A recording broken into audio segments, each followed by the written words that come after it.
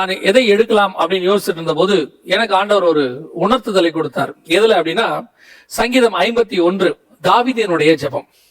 இது ஒரு பாட்டு, ஆனா ஜெபமாகிய பாட்டு. எப்படி அப்படின்னு கேட்டீங்கன்னு சொன்னா, இந்த நம்ம சம்பவம் நம்ம எல்லாருக்குமே தெரியும். தாவீதினுடைய வீழ்ச்சியில தாவீது பண்ணதான ஒரு ஜெபம். இந்த கடைசி காலத்துல நிறைய பேர் எனக்கு மெயில் அனுப்புறாங்க. எப்படிப்பட்ட மெயில்ஸ் வருது? நிறைய வாலிப சகோதரர்கள், வாலிப சகோதரிகள், அது மாத்திரமல்ல திருமணமானவர்கள் கூட அனுப்புறாங்க. நான் பின்மாற்றத்துல இருக்கிறேன், பேக் ஸ்லைடிங்ல இருக்கேன். இப்படி பேக் ஸ்லைடிங்ல இருக்கும்போது திருப்பி நான் எப்படி ஆண்டவருக்குள்ள வர்றது? ஏன் பல நேரங்களில இந்த பேக் ஸ்லைடிங் என்பது அவர்களுக்கு ரெகுலரா நடக்குது. உதாரணமா, அவங்க செய்யக்கூடாதுன்னு நினைக்கிறாங்க. நிறைய பாவங்கள்ல இன்னைக்கு வாலிபர்களுக்குள்ள இருக்கிற ஒரு பிரச்சனை இது. நான் வாலிப பிராயத்தை கடந்து கல்லூரியின் காலத்துலதான் 1ஆம் ஆண்டு படிக்கும் போது நான் ஆண்டவரை ஏற்றுக்கொண்டேன். அதற்கு பிறகு என்னுடைய வாழ்க்கையில எடுத்த உடனே அப்படியே ஜெட் வேகத்துல பரிசுத்தத்துல மேல வந்துட்டேன் அப்படின்லாம் சொல்ல முடியாது.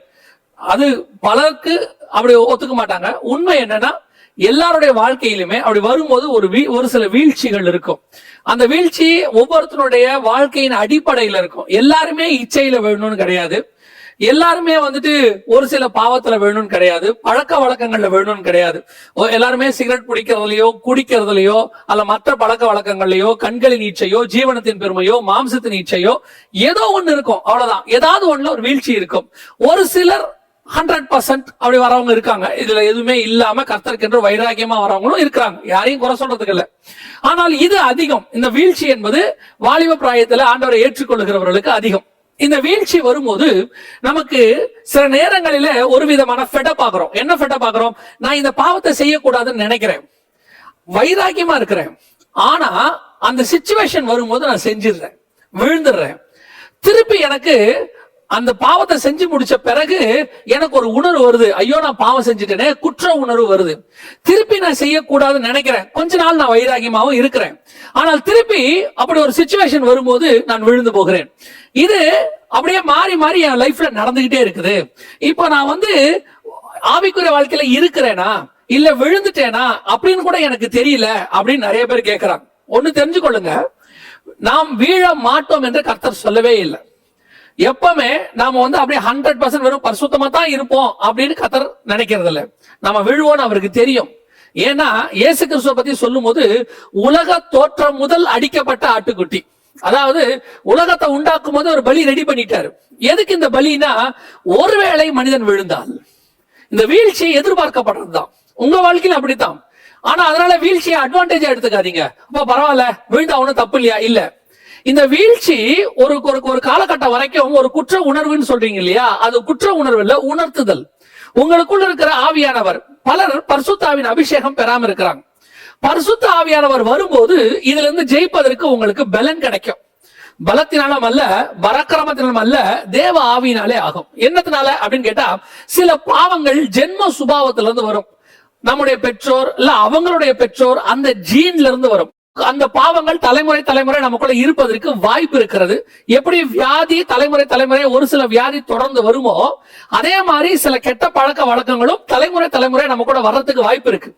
எப்படி அந்த வியாதியை இந்த தலைமுறையில இயேசுவினுடைய நாமத்தினால நம்மளால நீக்க முடியுதோ, சுத்திகரிக்க முடியுதோ, அல்லது நாம அதுல இருந்து விடுபடுறோமோ, டெலிவரன்ஸ் கிடைக்குதோ, அதே மாதிரி இந்த பாவத்துல இருந்தும் கிடைக்கும்.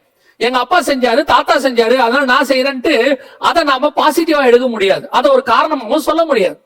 அப்படி வரும். அப்படி வரக்கூடியதான அந்த பலகீனத்தை ஆண்டவர் மாற்றுவார். அப்படி மாற்றுறதுக்கு தான் பரிசுத்த ஆவியானவர் நமக்குள்ளே வர்றார். நமக்குள்ளே அந்த பாவத்திலிருந்து நம்மை விடுதலை ஆக்குறார். இப்ப தாவீதுக்கு இந்த பாவத்தை விட்டு வெளியே வரணுங்கிற எண்ணம் இருக்கு. அது இருக்கிற வரைக்கும் தோத்துறோம். அதாவது சவுலுக்கும் தாவீதுக்கும் என்ன வித்தியாசம்? சவுலின் பாவத்துக்கும் தாவீதின் பாவத்துக்கும் பார்த்தா மனுஷிகமா சொல்றேன், பாவத்துல அளவுகோல் கிடையாது, மனுஷிகமா சொல்றேன். நமக்கு கம்பேர் பண்ணோம்னா சவுல் செய்ததை விட தாவீது செய்தது பெரிய அளவு. ஆனால் சவுலுக்கு கிடைக்காத மன்னிப்பு தாவீதுக்கு கிடைத்தது. காரணம், அவனுக்கு அது பாவம் என்கிற உணர்வு இருந்தது. ஒரு சிலர் இந்த பாவம் என்கிற உணர்வு இருக்கிறதுனாலதான் நீங்க ஐயோ நான் இதுல இருந்து விடுபடணுமே நினைக்கிறீங்க. நான் வெளியே வந்துடணுமே, இந்த பாவத்தை செய்யக்கூடாது, நான் பலவீனமா இருக்கிறேன், நான் வந்துடணுமே நினைக்கிறீங்க. பாத்தீங்களா? அதுதான் உங்களுக்குள்ள கர்த்தர் கொடுத்திருக்கிறதான பிரீஷியஸான உணர்வு. அது இருக்கிற வரைக்கும் உங்களுக்கு பிரச்சனை கிடையாது. நீங்க வரத்துக்கு ட்ரை பண்ணிக்கிட்டே இருக்கிறீங்க, எடுத்த உடனே சைக்கிளை அப்படி சர்ன்னு ஓட்டுறது முடியாது. ஏதோ ஒரு 2 இடத்துல விழுவோம், கொஞ்சம் அடிபடும், அப்புறம் எந்திரிச்சு ஓட்டுவோம். சில நேரத்துல காரை வாங்கின உடனே ஃபர்ஸ்ட் கியர் அப்படி போட்டு ஆஃப் பண்ணாதவங்க யாருமே இருக்க முடியாது. 99.99% அப்படி ஃபர்ஸ்ட் கியரை போனா ஆட்டோமேட்டிக்கா ஆஃப் ஆயிடும். ஒரு போக போக தான் அந்த கீர் போட்டு அப்படி மூவ் பண்றது நமக்கு தெரியும். அந்த மாதிரி தான் ஆவிக்குரிய வாழ்க்கையில வந்த உடனே எல்லா பாவமும் மொத்தமா போய் சுத்திகரிக்கப்பட்டு 100% இயேசு கிறிஸ்துவ மாறணும் இல்ல, நம்ம கொஞ்சம் கொஞ்சமா மாறிக்கிட்டே வரும். ஆனால் எல்லா பாவத்தையும் விடணுங்கிற உணர்வு இருக்கணும். சிலர் மனசாட்சியில் சூடுண்டவர்களா மாறிடுறாங்க ஒரு பீரியட்ல. எப்படி? அந்த பாவம் விழும்போது அதுக்கு பல காரணங்களை சொல்லுவாங்க. அவங்களாலதான் விழுந்தேன். இப்ப இந்த இடத்துல பாருங்க, 51ஆம் சங்கீதத்துல தாவீது நான் பாவம் செஞ்சேங்கிறான். அவன் சொல்றான், ஆண்டவரே என் அக்கிரமம் நீங்க என்னை முற்றிலும் கழுவும். நம்மளா என்ன சொல்லுவோம், பத்சேபால் அங்க வராம இருந்தா தாவீது விழுந்திருக்க வேண்டிய அவசியமே இல்லைங்க. காரணம் பத்சேபால் தாங்க. இன்னைக்கு நிறைய பேர் சொல்றான், போற வழியில ஒரு போஸ்டர் இருக்கு, அசுத்தமான போஸ்டர் இருக்கு, இல்ல அசுத்தமான காரியம் இருக்கு, இல்ல நீங்க யூடியூப்ல ஸ்க்ரோல் பண்ணும்போது அசுத்தமான காரியம் வருது, உடனே என்ன சொல்றோம், யூடியூப்ல பாருங்க எவ்வளவு மோசமா வருது, பாருங்க எவ்வளவு மோசமா போஸ்டர் ஒட்டி இருக்காங்க. குறை அங்க சொல்லாதீங்க. தாவீது சொல்றான், என்னை கழுவி இருக்கும், நான் அதை பார்க்க வேண்டாம், நான் அதை பார்க்க முடியாம நான் என்ன மறைச்சுக்கிறேன், எனக்கு அது வேண்டாம். பாவமே இல்லாத உலகத்துல வாழணும்னா நீ பரலோகத்துல தான் வாழ முடியும். நிறைய பேர் சொல்றாங்க இது இல்லாம தான் நல்லா இருக்கும், அது இல்லாம எல்லாமே இங்கதான் இருக்கும். ஆனா அவைகளுக்கு மத்தியில நீ கரைபடாம வாழணும். அதான் இயேசு கிறிஸ்து. அவர் நாசரேத்திலிருந்து வந்தார். நாசரேத்திலிருந்து நன்மை தோன்றுமோ? அந்த நாசரேத்துக்குள்ள நம்மை போல எல்லா விதத்திலும் அவர் சோதிக்கப்பட்டு சுத்த பொன்னாக விளங்கினார். இன்னைக்கு ஒருவேளை நீ பலவீனத்துல இருந்தீனா, வீழ்ச்சியில இருந்தீனா, கர்த்தர் உன்னை மீண்டும் தூக்கி எடுக்க விரும்புகிறார். உனக்கு அந்த உணர்வு இருக்கு இல்லையா? அதுவும் குறிப்பா வாலிப பிராயத்துல நிறைய வாலிபர்களுக்கு இது நடக்குது. அவங்க நினைக்கிறாங்க, நான் செய்யக்கூடாதுன்னு நினைக்கிறேன், நான் செஞ்சிடறேன். இன்னைக்கு ஆண்டவர் சொல்றாரு, உன்னை பலப்படுத்த விரும்புகிறேன். நீ காத்துரு தேவ சமூகத்துல. உன்னை பலப்படுத்துகிற கிறிஸ்துவானவர் வருவார், உன்னை பலப்படுத்துகிற ஆவியானவர் வருவார். இன்னைக்கு அதுல இருந்து மீட்டு எடுத்து நீ எந்த பாவத்தை செய்யக்கூடாதுன்னு நினைக்கிறியோ, இனி அதுல இருந்து செய்யாமல் இருப்பதற்கு உன்னை அவர் பலப்படுத்துவார். பல நேரங்களில அந்த ஆவியானவர் தான் ரொம்ப முக்கியம். அவர் உன்னை விட்டு போயிடக்கூடாது. தாவீதுக்கும் சிம்சோனுக்கும் என்ன வித்தியாசம்? தாவீதுக்கு பரிசுத்த ஆவி போகும்போது தெரியுது, போக கூடாதுன்னு அவன் ஜெபம் பண்றான். இந்த இடத்துல பாருங்க, 11வது வசனத்துல 12வது வசனத்துல, உமது பரிசுத்த ஆவியை என்னிடத்திலிருந்து எடுத்துக்கொள்ளாமலும் இரும், உமது ரட்சணத்தின் சந்தோஷத்தை திரும்பவும் எனக்கு தந்து உற்சாகமான ஆவி என்னை தாங்கும்படி செய்யும். அந்த ஸ்பிரிட், ஹோலி ஸ்பிரிட் என்னை விட்டு போயிடக்கூடாதுன்ற ஃபீல் அவனுக்கு இருக்கு, அந்த வாஞ்ச விருப்பம் இருக்கு. அதான் ரொம்ப முக்கியம். சிம்சோனுக்கு அந்த ஆவி போயிடுவாரு, நேரத்துக்கு அந்த நேரத்துக்கு வந்து இறங்குவாரு, மற்ற நேரத்துல அவன் மேல அவர் இருக்க மாட்டாரு. அதான் பிரச்சனை. அவனுக்கு வரும்போது தெரியும், போகும்போது தெரியாது. காரணம் என்ன? அவன் அந்த மினிஸ்ட்ரிய ஒரு வேலையா செய்யறான், மற்ற நேரத்துல அவன் தேவனோட இல்ல. ஆனா நீங்களும் அப்படி இல்ல.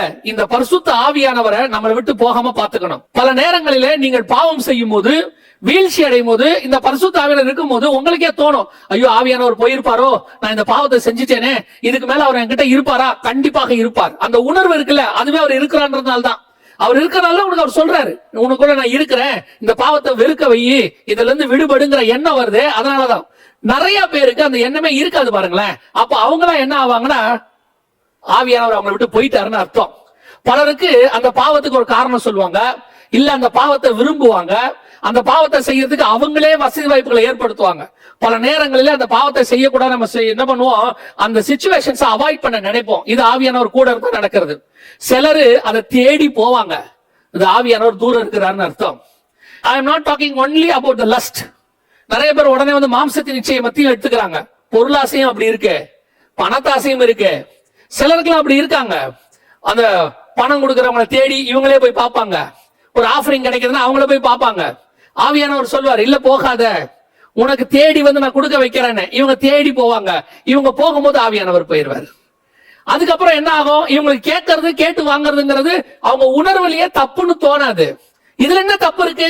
எல்லாரும் கேட்கறாங்க, நானும் கேட்கறேன்ட்டு இவங்களுக்கு அந்த உணர்வு போயிடுச்சு. ஏன்னா ஆவியானவர், உணர்த்துகிற ஆவியானவர் போயிட்டாரு. அந்த பரிசுத்த ஆவியானவர் இவங்களை விட்டு போனதுனால இவங்க போயிட்டாங்க. ஒரு சிலர்ல என்ன நினைச்சுக்கிறாங்கன்னா, அந்த ஆவியானவர் எனக்குள்ள இருக்கிறாரு. எப்படி சொல்றீங்க? இந்த அந்நிய பாஷை எனக்கு அது பிராக்டிஸ்லயும் வரும். பிராக்டிஸ்லயும் பேசுறவங்க கொஞ்சம் பேர் இருப்பாங்க. சிலர்லாம் பாத்தீங்கன்னு சொன்னா, ரட்சிக்கப்பட்ட பின்பு கூட சினிமா பாட்டு வாயில வரும். ஏன்னா இப்ப ஆவியானவர் இல்லைன்னு அர்த்தம் இல்ல, அந்த பழைய பிராக்டிஸ் அது வயில வந்துடும். அந்த நேரத்துல உடனே ஆவியானவர் உணர்த்துவார், இல்ல நீ பாடக்கூடாது அப்படின்னு. அந்த மாதிரிதான் ஆவியானவர் போன பிறகும் அந்த ஆவியானவருடைய அந்த அந்நிய பாஷை இதெல்லாம் கொஞ்சம் இருக்கதான் செய்யும்.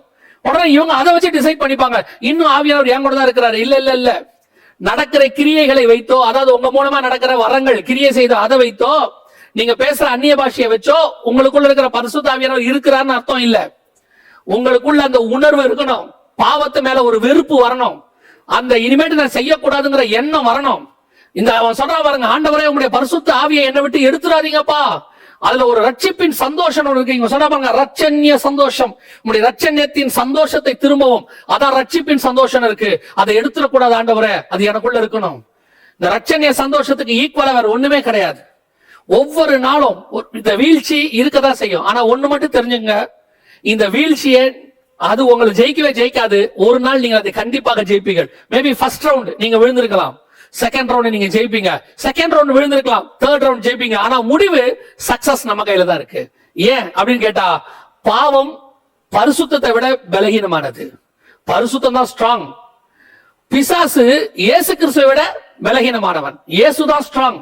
அந்த இயேசு நம்ம கூட இருக்கிறாரு, அந்த இயேசு கொடுத்த பரிசுத்த ஆவியானவர் நம்ம கிட்ட இருக்கிறாரு. அப்படி இருக்கும்போது நாம கண்டிப்பா பாவத்தை ஜெயிப்போம், உன்னால முடியும். ஆனா உனக்கு தேவை என்ன தெரியுமா, கொஞ்சம் அந்த சிச்சுவேஷன்ஸ் அவாய்ட் பண்ண மட்டும் நீ தெரிஞ்சுக்கிட்டா போதும். கொஞ்சம் இப்ப உனக்கு வெறுப்பு இருக்குல்ல, நான் செய்யக்கூடாதுங்கிற எண்ணம் இருக்குல்ல, அதுக்கு ஏத்த மாதிரி இப்ப ஒரு உதாரணமா ஒரு போனை எடுக்கிற, அந்த போன்ல சில அன்வான்ட் விஷயங்களை எடுத்தா நீ பாக்குறேன்னு தெரியுது. பல நேரத்துல நீ என்ன பண்ண, வேற வழி இல்லாம அந்த போனை எடுக்கிற. ஏன்னா உன்னுடைய லைஃப் போனை பேஸ் பண்ணி வந்துருச்சு, மெயில் பாக்குறதோ இல்ல ஆபீஸோட ஆன்லைனோ ஏதோ ஒண்ணு, நீ ஆட்டோமேட்டிக்கா அதை பார்த்துட்டு நீ எங்க போற, எதை நீ பார்க்க கூடாதுன்னு நினைச்சியோ அங்க போற. இதுக்கு தான் நீ என்ன செய்யணும், கொஞ்சம் முயற்சி பண்ணணும், ஆண்டவர்கிட்ட கேட்கணும், பலப்படுத்துவார். ஆண்டவரே எதுக்கு நான் போன் எடுக்கிறனும், அதாவது அபிஷியலா அதை பார்த்துட்டு அந்த போனை கீழே வைக்கிற எண்ணம் எனக்கு வரணும். I am not talking only about the phone. போனுக்கு ஒரு உதாரணத்தை சொல்றேன். இப்போ ஒரு இடத்துக்கு நீ போற, தேவையில்லாம ஒரு சிலருக்கெல்லாம் இந்த குடிப்பழக்கத்துல இருந்து விடுதலை ஆகியிருப்பாங்க, வந்துருவாங்க, மறந்துருவாங்க, அதை குடிக்க மாட்டாங்க. ஆனால் ஒரு சில நேரத்துல அங்க போகும்போது அந்த பழைய நண்பர்கள் அவங்க எல்லாம் போட்டு இவரை பிரஷர் கொடுப்பாங்க. அந்த நேரத்துல அந்த நண்பர்கள் என்ன செய்வாங்க தெரியுமா, உன்னை குடிக்கவான்னு கூப்பிட மாட்டாங்க, என் கூட குடின்னு சொல்ல மாட்டாங்க. ஃபர்ஸ்ட் சொல்லுவாங்க நீ குடிக்க மாட்டேன்னு தெரிஞ்சிடும். அப்புறம் என்ன பண்ணுவாங்க தெரியுமா, சரிவா என் கூட ஒரு கொக்கோ கோலா குடிம்பாங்க. இதான் பிசாசு உன்னை அப்படியே வச்சு இழுக்கிறது, கொஞ்சமா அப்படியே நயங்காட்டி, ஆண்டவர் வனாந்தரத்துல நயங்காட்டி இழுக்கிற மாதிரி பிசாசு உன்னை இழுக்கிறது. சரி அப்படியே வா என் கூட ஒரு கொக்கோ கோலா குடி அப்படிம்பாங்க. இப்போ அந்த கொக்கோ கோலா குடிக்க ஆரம்பிக்கிறீங்கல்ல, உங்களுக்குள்ள ஒரு பெருமை இருக்கும். என்ன பெருமை தெரியுமா, எல்லாரும் குடிச்சாங்க, நான் மட்டும் கொக்கோ கோலா குடிச்சேன். திருப்பி 2 நாள் கழிச்சு அதே ஃப்ரெண்ட்ஸ் கூப்பிடுவாங்க, பழைய ஸ்கூல் ஃப்ரெண்ட்ஸ் எல்லாம் வந்திருக்காங்கடா, உன்னை பார்க்கணும்னு நினைக்கிறாங்கடா, வாடா அப்படிம்பாங்க. இப்பவும் நீங்க கொக்கோ கோலா குடிக்க போவீங்க. ஆட்டோமேட்டிக்கா ஒரு நாள் நீங்க கொக்கோ கோலாக்கு பதிலா அவரோட உட்காந்து சாராயம் குடிக்க ஆரம்பிப்பீர்கள். ஏன், நீங்க உள்ள போக தொடங்கிட்டீங்க, சிங்கத்தின் வாய்க்குள்ள தலையை விட தொடங்கிட்டீங்க. நான் பத்திரமா வெளியே எடுத்துட்டேன், பத்திரமா 2வது தடவை எடுத்துட்டேன், பத்திரமா 3வது தடவை எடுத்துட்டேன்னு சொல்லுவீங்க. ஒரு தடவையில ஒரு நாள் உன் தலை மாட்டிக்கொள்ளும் வாய்ப்பு இருக்கு. அதான் சொல்றேன், அந்த மாதிரி சிச்சுவேஷன்ஸ் நீ அவாய்ட் பண்ணணும். அங்க போனா விழுறன்னு தெரியுதா, அங்க நீ போகாத. அது போகாம இருக்கிறதுக்கு கர்த்தரிடத்துல பலனை கேளு. உன் ஜெபம், இந்த ஜெபம் ரொம்ப முக்கியமான ஜெபம். இப்ப இதுலயுமே என்ன ஒரு பிரச்சனைன்னு கேட்டீங்கன்னா, இந்த 51ஆம் சங்கீதத்தை ரொட்டீனா சொல்லி பழக்கப்பட்டாங்க சிலர் டெய்லி காலைல எழுந்து 51ஆம் சங்கீதத்தை சொல்லு அப்படின்னு சொன்ன உடனே இதுல இருக்கக்கூடிய மேன்மைகள் தெரியாம டெய்லி 51ஆம் சங்கீதத்தை அப்படியே தூக்கத்திலேயே சொல்றது இல்ல. இந்த 51ஆம் சங்கீதத்தை தியானிங்க. இது வெறும் பாட்டு மட்டும் இல்ல, இது ஒரு வகையான ஜெபம். இந்த ஜெபத்தை ஆண்டவர்கிட்ட சொல்லுங்க. உன் பலவீனத்துல அவருடைய பலன் பூரணமாய் விளங்கும். ஒவ்வொரு நாளும் ஏந்திரிக்கும் போது காலையில ஆண்டவர் சொல்ல, ஆண்டவரே இந்த நாள் வீழ்ச்சி அடையாத ஒரு நாளாக இருக்கணும். ஆண்டவரே இந்த நாள் நான் சக்சஸ் அடைகிறது, எல்லா இடங்களிலும் எங்களை வெற்றி சிறக்கம் பண்ணுகிறவர். எல்லா இடத்துலயும் உனக்கு ஆண்டவர் சக்சஸ் கொடுப்பாரு. அது கண்களையும் சக்சஸ் கொடுப்பாரு. ஏன் வாலிப பிராயத்தில் நடந்த ஒரு சம்பவத்தை சொல்லிட்டு நான் உங்களுக்கு ஜெபம் பண்ண விரும்புறேன். கல்லூரி வாழ்க்கையில படிக்கும் போது பல நேரங்களில நான் ஆண்டவரை ஏற்றுக்கொண்ட புதுசுல அநேகர் என்னோட கூட பேசுறதை நிறுத்திட்டாங்க. அப்ப நான் தனியா இருப்பேன். தனியா இருக்கும் போது நம்ம பொதுவா சொல்றோம் இல்லையா, the idle mind is the devil's workshop அப்படின்னு சொல்லுவாங்க. அப்ப பல நேரங்களில பல காரியங்கள் நம்மளை யோசிக்க வைக்கும், சில சிந்திக்க வைக்கும். அந்த நேரத்துல அந்த தனிமையா இருக்காதபடி எனக்கு ஆவியானவர் சில காரியங்களை இப்ப சொல்லி கொடுத்தார். அப்ப கையில சில நேரத்துல பைபிள் வச்சிருப்பேன், சில நேரத்துல ஜெபம் பண்ண போவேன், இல்லைன்னா ட்ராக்ஸ் இருக்கும் கொண்டு போய் கொடுக்க போயிடுவேன். சும்மா மட்டும் உட்கார்ந்து யோசிக்க மாட்டேன். அந்த சும்மா உட்கார வேலை எப்பவுமே ஆபத்து. உட்காந்து சும்மா உட்காந்து சில நேரத்துல இந்த வாலிப பிள்ளைங்களா பெற்றோர்கிட்ட சொல்லுவாங்க, என்ன பண்ற, சும்மா தான் உட்கார்ந்து இருக்கிறேன். சும்மா உட்கார்றது ஆபத்து. ஏதோ நீங்க உங்களை எப்பவுமே என்ன பண்ணணும்னா, கொஞ்சம் நீங்க உங்களை பிஸியா வச்சுக்கணும். உங்களை ஒர்க்ல வச்சுக்கணும். இந்த மாதிரி நீங்க சும்மா உட்காரும் போது அந்த வீழ்ச்சி வருது. பழச சிந்திக்க தோணும், வேற எதையாவது பார்க்க தோணும். எல்லாத்தையும் தாண்டி ஆவியில நிறைந்து ஒவ்வொரு நாளும் காலையில பரிசுத்த ஆவியில நிறைந்து நல்லா ஜெபம் பண்ணுங்க, நல்லா வேத வசனத்தை வாசிங்க. இது ரெண்டும் உங்களோட ஆவிக்குரிய வாழ்க்கைக்கு பெஸ்ட் எக்ஸசைஸ் மட்டும் இல்ல, நல்ல பெலனும் கூட. இது உங்களை என்ன செய்யும் சொன்னா, கர்த்தருக்குள்ள உங்களை பலப்படுத்தி வீழ்ச்சி வரையாதபடி நிறுத்தி பல பாவங்கள்ல இருந்து உங்களை விடுதலையாக்கி கொடுக்கும். ஒவ்வொரு இன்னைக்கு இருக்கிற எல்லா பரிசுத்தவான்களும் இப்படிப்பட்ட வீழ்ச்சியை சந்தித்து வந்தவங்க தான். எல்லாருமே அப்படியே ரட்சிக்கப்பட்ட அண்ணில இருந்து ஹோலியஸ்ட் பிளேஸ்க்குள்ள போய் நுழைஞ்சிடல யாரும். இந்த உலகத்துல அவங்க கிராஸ் பண்ணி ஜெயிச்சு வந்திருக்கிறாங்க. ஏன் ஒரு சிலர் கல்யாணமான பிறகு விழுந்தவங்க இருக்கிறாங்க, ஒரு சிலர் வயதான காலத்திலையும் விழுந்தவங்க இருக்கிறாங்க. ஒரே ஒரு காரணத்தை நான் சொல்லிட்டு முடிக்கிறேன். யோபு சொல்றாரு, அழகா சொல்றாரு, என் கண்களோடு கூட உடன்படிக்கை பண்ணினா ஒரு கன்னிகையின் மேல் நோக்கமாய் இருப்பது எப்படி அப்படின்னு கேட்கிறாரு. அப்படின்னா குழந்தை எல்லாம் இருக்கு, பெரிய பெரிய வயசுல குழந்தை இருக்கு. அந்த யோபு சொல்றாரு, கண்களோடு கூட உடன்படிக்கை பண்ணி இருக்கிறாராம். என்னது? நான் யாரையும் பார்க்க மாட்டேன், எந்த பொண்ணையும் பார்க்க மாட்டேன் அப்படின்னு. அது வசனம் இருக்கு, அழகா இருக்கு, எந்த பொண்ணையும் பார்க்க மாட்டேன்னு. அப்படி நான் என் கண்களோடு உடன்படிக்கை பண்ணி இருக்கிறேன்பா, நான் எப்படி மத்த பொண்ணுகளை பார்ப்பேன் அப்படின்னா என்ன அர்த்தம்? அவருக்கு அந்த ஏஜ்ல கூட அந்த உடன்படிக்கை தேவைப்படுது. யாரையும் பார்க்க மாட்டேன், அது ஒரு பலகீனம். அவர் யாரு? உத்தமனும் சன்மார்க்கனும் நீதிமான். ஏன் அப்படி ஒரு முடிவு அவர் எடுத்ததுனால அவர் உத்தமனும் சன்மார்க்கனும் நீதிமான். நீ அந்த முடிவு எடுக்கிறல்ல, என்ன முடிவு எடுக்கிற? நான் இந்த பாவம் செய்யக்கூடாது, இனிமேட்டு பண்ண மாட்டேன், நான் வீழ்ச்சி அடையக்கூடாது நினைக்கிறல்ல, நீ உத்தமனும் சன்மார்க்கனும் நீதிமானாய் மாறக்கூடியவன். அந்த நீ ரொம்ப தூரத்துல இல்ல ஆண்டவர்கிட்ட வரத்துக்கு. இன்னைக்கு ஆண்டவர் உன்னை அந்த பரிசுத்தத்துக்கு நேராக நடத்த விரும்புகிறார். நீ அநேகருக்கு சாட்சியாய் மாற விரும்புகிறார். உன்னை நிறுத்த போறார் ஆண்டவர். வீழ்ச்சி இன்னைக்கு முடிவுக்கு வருது, கர்த்தர் உன்னை தூக்கி நிறுத்த போறார். நம்ம ஜெபம் பண்ணுவோமா? சர்வ வல்லமையுள்ள எங்கள் தகப்பனே, ஆண்டவரே, நாங்கள் விழுவோன்னு நீங்க உங்களுக்கு தெரியும் ஆண்டவரே, ஆனா விழுந்து கிடக்கிறோமான்னு தான் பாக்குறீங்க, திருப்பி எழுதுறீங்கமான்னு பாக்குறீங்க. ஆண்டவரே, நாங்கள் மீண்டும் எழ விரும்புகிறோம். ஜெபிக்கிற ஒவ்வொரு வாலிபனுக்காக, சகோதரனுக்காக, சகோதரிக்காக நான் ஜெபிக்கிறேன். ஆண்டவரே, அவர்கள் மீண்டும் எழும்பட்டும் ஆண்டவரே. எதுல வீழ்ச்சி அடைந்தாலும் இயேசு கிறிஸ்துவின் ரத்தம் எல்லா பாவங்களையும் மன்னிக்கும், சகல பாவங்களையும் மன்னிக்கணும் வாசிக்கிறோமப்பா. ஆண்டவரே, கூட ஜெபிக்கிற ஒவ்வொருத்தருக்காக நான் ஜெபிக்கிறேன். என்னையோடு கூட அந்த பாவம் விடுதலையாக படட்டும், அந்த கட்டிலிருந்து வெளியே வரட்டும், விட முடியாத பாவத்திலிருந்து அவர்கள் வெளியே வரட்டும், அநேகருக்கு சாட்சியை மாறட்டும், அநேகருக்கு அவர்கள் எப்படி வெளியே வந்தார்கள் என்பதை சாட்சியை சொல்லட்டும். இப்படி விழுந்து போன எத்தனையோ பேருக்கு இங்க இருக்கிறவர்கள் அத்தனை பேர் ஒரு கலங்கரை விளக்கமாக மாறட்டும். எங்களுக்கு முன்னாடி எங்கள் பரிசுத்தவான்கள் எங்களுக்கு சொன்ன சாட்சி தான்ப்பா எங்களை நிக்க வச்சிருக்கு. அதே மாதிரி இவர்களும் இவர்களுக்கு பின்னாடி வரக்கூடிய சந்ததிகளுக்கு சாட்சிகளாக நிக்கட்டும், மேகம் போல திரளான சாட்சிகளாய் மாறட்டும். கர்த்தர் அவர்களை ஆசீர்வதிப்பீராக. அவர்களை பலவீனப்படுத்துகிற அந்தகாரத்தின் ஆவிகள், தேவையற்ற காரியங்கள், பிசாசின் கிரியைகள், மனுஷிக ஆவிகள் எல்லாவற்றையும் இயேசுவின் நாமத்தினாலே கடிந்து அப்புறப்படுத்துகிறோம். உம்முடைய நாமம் மகிமைப்படுவதாக. எங்கள் ஆண்டவர் இயேசுவின் நாமத்தினாலே ஒப்பு கொடுத்து ஆசீர்வதித்து ஜெபிக்கிறோம் எங்கள் ஜீவனுள்ள நல்ல பிதாவே.